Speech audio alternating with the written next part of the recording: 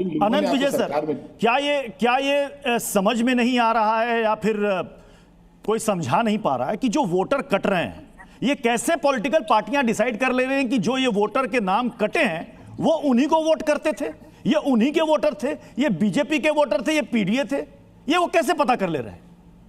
प्रत्युष जी, आपने बहुत अच्छा प्रश्न पूछा था और मुझे लगा था कि समाजवादी पार्टी के प्रवक्ता मेरे भाई घनश्याम तिवारी जी इस पर जवाब देंगे, लेकिन पूछा आपने कि वोटर कैसे हैं, आपको कैसे पता चला? उन्होंने कहा चंदा देते हैं हजारों करोड़ रुपया और वो चंदा देने वाले उनको हैं, वो कॉर्पोरेट चलाती है, वो झूठ बोलती है। तो मुझे ये नहीं समझ में आता कि जो एक प्रश्न का उत्तर नहीं दे सकते कि हमारे वोटर कैसे हैं और कैसे नहीं, वो ये तय कैसे कर लेते हैं। दरअसल ये एक राजनीतिक चाल है और एसआईआर को डिले करने की एक टैक्टिक्स है।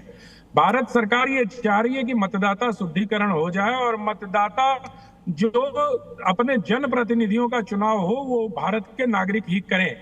लेकिन पता नहीं इन दलों को इससे क्या दिक्कत है, कैसे दिक्कत है, मुझे कुछ समझ में नहीं आता। क्या इनको ये नहीं लगता कि मतदाता वही बने जो भारत का नागरिक हो? क्या इनको ये नहीं लगता था कि मुख्यमंत्री प्रधानमंत्री का चुनाव वही करे, सांसद विधायक का चुनाव वही करे जो भारत का नागरिक हो? मेरी समझ से परे है। अगर इस पर इतनी बार सुप्रीम कोर्ट गया और किसानों को और छात्रों को और बेरोजगारों को कौन कह रहा है कि आप सर्वोच्च न्यायालय चले जाइए? आप तो उनके रहनुमा होने का, उनके प्रतिनिधि होने का दावा करते हैं, आप क्यों नहीं चले जाते सुप्रीम कोर्ट? भाई, आप लगातार ये कहते हो कि मैं इन समाज के इन तबकों का प्रतिनिधित्व करता हूं, और अभी घनश्याम तिवारी जी ने एक और बड़ी मनोरंजक बात कही कि हमने इनको हरा दिया, लेकिन वो हम जो हारे वो गलत तरीके से हरा दिया।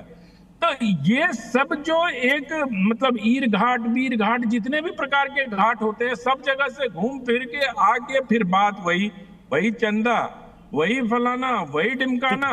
लेकिन मुझे लगता है कि हर राजनीतिक दल को बहुत सच्चे मन से और शुद्ध अंतःकरण से मतदाता सूची के शुद्धिकरण का समर्थन करना चाहिए। प्रियंका गुप्ता जी, चुनाव आयोग का कहना है कि अभी तो समय है लोगों के पास, कई ऐसे फॉर्म है जो कि अभी वापस लौट कर नहीं आए, हो सकता है कि वो आ जाएंगे तो नाम कुछ और जुड़ेंगे। अब उसमें से कई लोग मृत हैं, कई लोगों के वोट ट्रांसफर हो गए, यानी कि वो दूसरे शहर में चले गए हैं।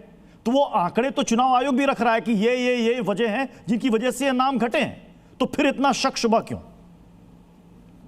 देखिए, वास्तविकता ये है कि जब समुद्र मंथन किया गया तो उसमें उम्मीद ये की गई कि उसमें से निकलेगा अमृत, पर अब सवाल ये है कि अमृत निकला क्या, नहीं निकला।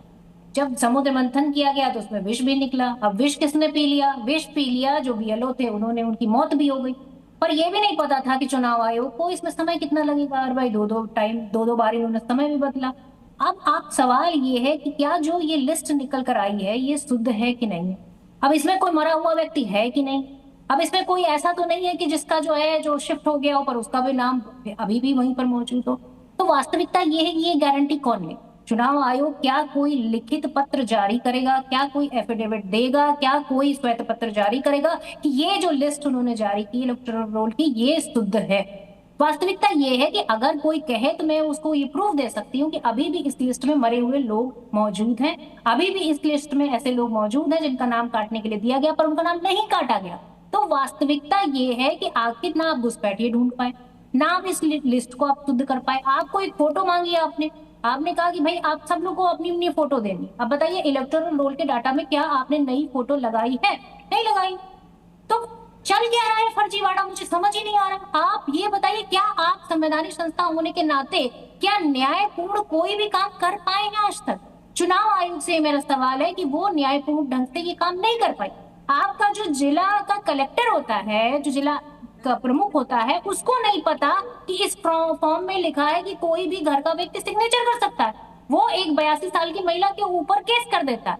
वास्तविकता ये है कि दो चुनाव आयोग, जो ग्रामीण का चुनाव होता है, जो पंचायत का चुनाव होता है, राज्य चुनाव आयोग की लिस्ट जो अलग होती है और केंद्र चुनाव आयोग की लिस्ट अलग होती है। मतलब पंचायत में आप वोट डाल लेंगे पर आप किसी भी तरीके से विधानसभा के इलेक्शन में वोट नहीं डाल पाएंगे। तो पूरी वोटर लिस्ट ही अनंत विजय सर कुछ कहना चाह रहे थे। अनंत विजय सर, किसी तरीके का कोई भी जो है सत्यापन होना चाहिए, वो सत्यापन मौजूद है। मैं जोड़ना चाह रहा था कि इसमें किसी पार्टी पॉलिटिक्स की बात नहीं हो रही है। मेरे पास एक बहुत ही दिलचस्प केस पश्चिम बंगाल से आया है।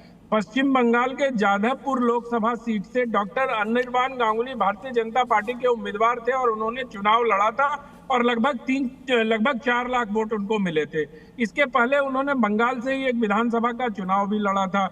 डॉक्टर अनिर्बान गांगुली का नाम भी ड्राफ्ट में नहीं है। उनको भी बताया गया कि 2003 में आप सॉल्ट लेक के विधानसभा से वोटर हैं, तो 2003 में आप कहां थे इसकी पुष्टि करिए। न सिर्फ उनको बल्कि उनके पिताजी को जो वहीं पैदा हुए वहीं रहे।